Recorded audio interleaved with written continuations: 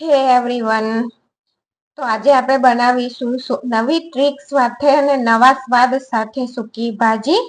તો તેની માટે મેં અહીંયા 1/4 કપ સિંગદાણા લઈ લીધા છે. તેને શેકી લેવાના છે. શેકી અને ઠંડા કરી તેના ફોતરા કાઢી લેવાના. તો દાણા શેકાઈ ગયા છે. ઠંડા થાય એટલે મિક્સર જારમાં તેને પીસી લેવાના છે દરદરા. તો આ રીતનું દરદરા ફોર્મમાં પીસાઈ ગયું છે. અહીંયા 1/3 કપ કોથમીર લીધી છે, 2 નંગ મરચા, લીલા મરચા, 1 ઇંચ આદુનો ટુકડો,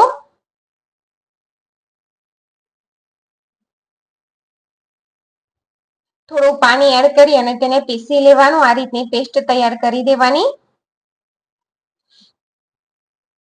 અહીંયા પેન લઈ લીધું છે, તેની અંદર આપણે 3 ટેબલ સ્પૂન ઓઇલ એડ કરવાનું છે. અહીંયા તેલનું પ્રમાણ આપણે થોડું વધારે રાખવાનું છે. તેની અંદર 1/2 ટીસ્પૂન જીરું કકડે એટલે તેની અંદર થોડા મીઠા લીમડાના પાન. આ સૂકી ભાજી તમે આજે 11 છે તો તમે ઉપવાસમાં પણ તેને ખાઈ શકશો. અહીંયા આપણે હળદરનો પણ ઉપયોગ નથી કરવાના.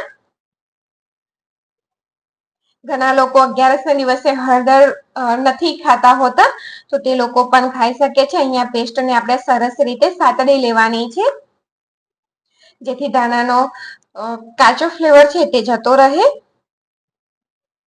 ગેસની ફ્લેમ લો રાખવાની છે ને આ સાઈઝના મેં 3 બટાકા લીધા છે, 2 સમારી દીધા છે અને ત્રીજો બતાવવા માટે રહેવા દીધો. અને કપની અંદર થોડું 1 ટેબલ સ્પૂન જેટલું પાણી એડ કરી અને તેને જે પેસ્ટ ચોટી હોય તે ઉખેડી અને અંદર એડ કરી દેવાની. તો સરસ રીતે તેલ છૂટું થઈ ગયું છે. તો બટાકા ઉમેરી દઈએ તેની અંદર. સમારીને રાખેલા બટાકાને એડ કરી અને તેની સાથે જે સિંગદાણાનો ભૂકો બનાવ્યો હતો તેને પણ એડ કરી દેવાનો અને સરસ રીતે તેને મિક્સ કરી દેવાનો છે.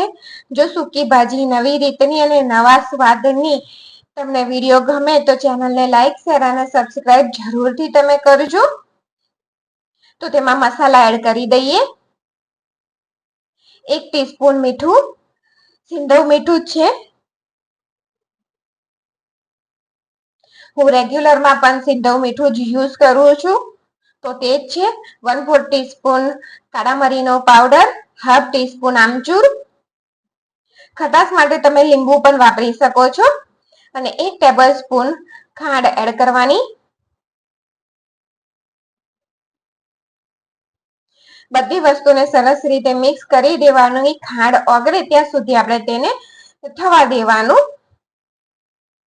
આ સૂકી ભાજી તમે 11ના દિવસે પણ બનાવી શકો છો. અને એમ પણ તમે જો સાદી સૂકી ભાજી ખાઈને કંટાળ્યા હોય તો આ રીતે ધાણાવાળી સૂકી ભાજી બનાવીને ટ્રાય કરજો. તો સરસ રીતે મિક્સ થઈ અને ખાંડ પણ ઓગળી ગઈ છે. જુઓ, ગ્રીન સૂકી ભાજી બની અને તૈયાર થઈ ગઈ છે. તો થેન્ક યુ ફોર વોચિંગ.